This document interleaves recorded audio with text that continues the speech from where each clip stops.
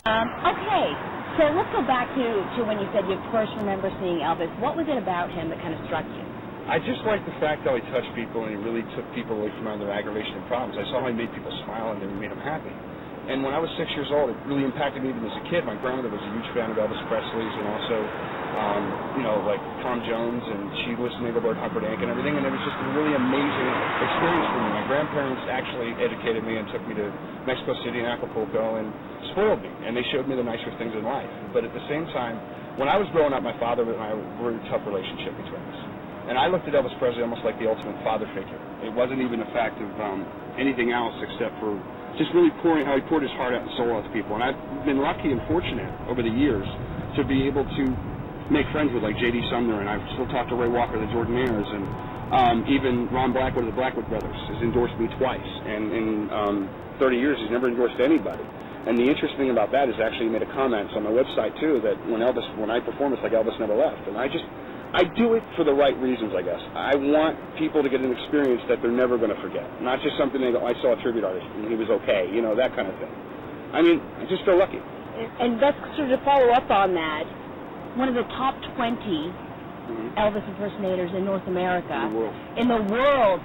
What does it take to get that title? Well, I don't know. I guess I got lucky. I guess a lot of people say I got lucky with the look and I got lucky with the vocals and stuff, but in my opinion, it's got to be pure. You've got to go to a different depth than just singing to people. Okay, you've got to go into their soul and really touch them and meet at a really powerful point in their lives. I mean, I've had people that literally have seen tribute artists all over the place, even in Vegas, and said they've never seen anybody like me. And it's not that I'm doing anything special that I see. I just see me performing my heart out for people, and they say it's very natural when I perform. So I feel very lucky. How do you feel when you see sort of the more kitschy impersonators, the jumpsuits, those sequins? I mean, I do the jumpsuits too, but I won't do it in public, and I won't do anything to demean Elvis's image or even my personal, the way I am with people. Because I don't want people to get their own impression of me. There's enough guys out there that do that. Personally, I believe that, like Elvis said, impersonation is the highest form of flattery. But at the same time, I believe in doing it with a point of respect. And there's a lot of guys out there that weren't given all the necessary gifts and talents as far as vocals or the look, or they have either one or the other. And there's a lot of guys out there that do it for the right reasons. They do it from their heart, and they do the best they possibly can. So, I don't know, I just feel lucky. I mean, I studied for a long time, and I worked at it really hard, and I feel lucky because especially this Saturday, I did a show at Westgate Mall in Bethlehem, Pennsylvania 5 years ago. We did a show there, and we had over 1,200 people show up, which blew me away. And this year we're doing another 30th anniversary concert 5 years later. And we expect a huge turnout. We're doing a benefit for Alex's Lemonade besides. So I try to help with charities and stuff, and just do it for the right reasons. So, what do you say to people who think this stuff's nuts? People who are obsessed with Elvis, they're a little, they're missing a few. I think that you have to understand something, okay? Because over the years, people have turned it into almost like a parody, okay? I mean, let's be honest, even Graceland, some of the stuff they sell there is a little bit crazy, okay? But at the same time, I think if it wasn't for Elvis tribute artists, the guys that really do it for the right reasons, the Elvis Presley's image, it's not that he needs any help, but it's kept it alive from people that were like kids all the way up to teenagers. I mean, I have a kid that saw my show 4 years ago, it's 22 years old, 26 years old, coming all the way from Pittsburgh to see my show. I mean, I think what it is about Elvis Presley is he was pure, and I think when Elvis Presley passed away, a lot of Elvis Presley's pure values went with him. So, it's just, I don't know. I just feel that... So it's not sort of insanity to kind of obsess over him, or, every once in a while something pops up where they say, oh, maybe he's not really dead. That's, for non-Elvis fans, it looks nuts. You're right. You're absolutely right about that. But with Elvis Presley, he was extremely unique. And it wasn't even a matter, I mean, they talk about, how Elvis was on drugs and all this other stuff, but they don't understand. I mean, I knew personal friends of his closely. Elvis had health problems, major health problems. He performed himself literally to death, to the point where he ended up going to the situation where my phone. Sorry. You want to get it or you want to turn it off? No, I actually want you to cut that. Okay, hold on. No problem. Sorry, wait, hold on one second, and go ahead, guys. Okay. threw me off. So you're saying he worked himself to death? He worked himself to death because the hours that he performed and everything else that he put into his life, okay, he worked so many hours. He would do almost 180 concerts in a period of 4-month run, each in a different state or two a night, and it was crazy. I mean, Elvis Presley literally put his heart and soul into people, and the phone's going off again. Sorry. Let me turn this down and mute this. I'm going to throw it out the window. Just kidding. All right, it's off. Anyway, no. What? Okay. No, but the thing with Elvis Presley is he performed himself so much, okay? He ended up having a twisted colon. He had health problems. He had bone cancer. His eyes were getting so messed up, he started getting glaucoma in his eyes because of the lights, the spotlights and everything. But Elvis Presley got to the point in his life where the only time he ever felt really at home was singing and performing his heart out, whether it was to the fans or with his guys, because even after Elvis would perform at a concert and be like, most people would be like dead, totally out of it. For a man who was supposed to be on drugs, he would literally, if you watch how he moved and everything else, and he wasn't really heavy up until the last 2 years of his life, from 75 to 77. And the interesting thing about that was he was bloated. He wore wool gabardine suits that weighed 25, 30 pounds. He couldn't get a chance to really breathe.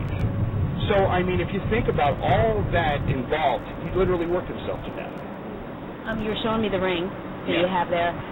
How much money does it take to do what you do? How much of an investment did you put in? I put a lot of an investment into it, but you know what? I've lost money on shows. But it doesn't matter to me. I'm the kind of person that if I had $1 million, okay, just to pull it off, just to get to feel, to see how it would be to perform in front of that many fans, I would rent the Spectrum out and see if I fall on my face, fine.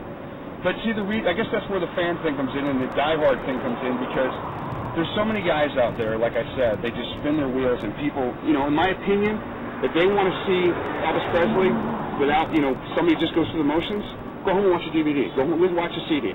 If you want someone that's really going to pour their heart out and soul out to somebody and really give them an experience like they've never experienced before, because they're putting everything they have into it, and people feel that, it's sincerity, it's not a matter of ego or anything like that, okay? That makes all the difference in the world to me. Because if not, you can go home and watch the real thing on TV or, listen to it on a CD. So I just, like I said, I put my heart and soul into it, and I studied all my records. I studied the records for 10 years, 5 hours a day. I had a music producer out of Utah that did a computer match between my vocals and Elvis's, and literally said between a computer match, I was 2 to 3% off of Elvis's voice across the board with all the natural tones and rhythm of his vocals. You're a married man. Yes. But do you have groupies? I make a rule never to get involved with people in the Elvis world as far as the shows. I mean, I'll hang out with fans, I'll make friends with them and stuff like that, but I don't go down that road, because the bottom line is, if you do that, especially with the internet and everything else, then people things get blown out of proportion. And it's not worth it. I mean, I love making fans, I like making friends. Do you have people who literally, they'll kind of follow you to all your shows? Yes. That's one of the reasons I didn't have you guys come to my house. I know that address.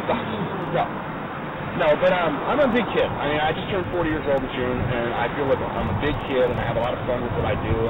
And I try to show that part of Elvis on stage also. I literally try to show the playful nature of how he was, joking with people and stuff. I mean, I've had people that literally, they act like they're so afraid to get a scarf from me, like, I'll come after you, that's why I have a wireless mic, that kind of thing. And I'll joke with them, I'll have fun with them.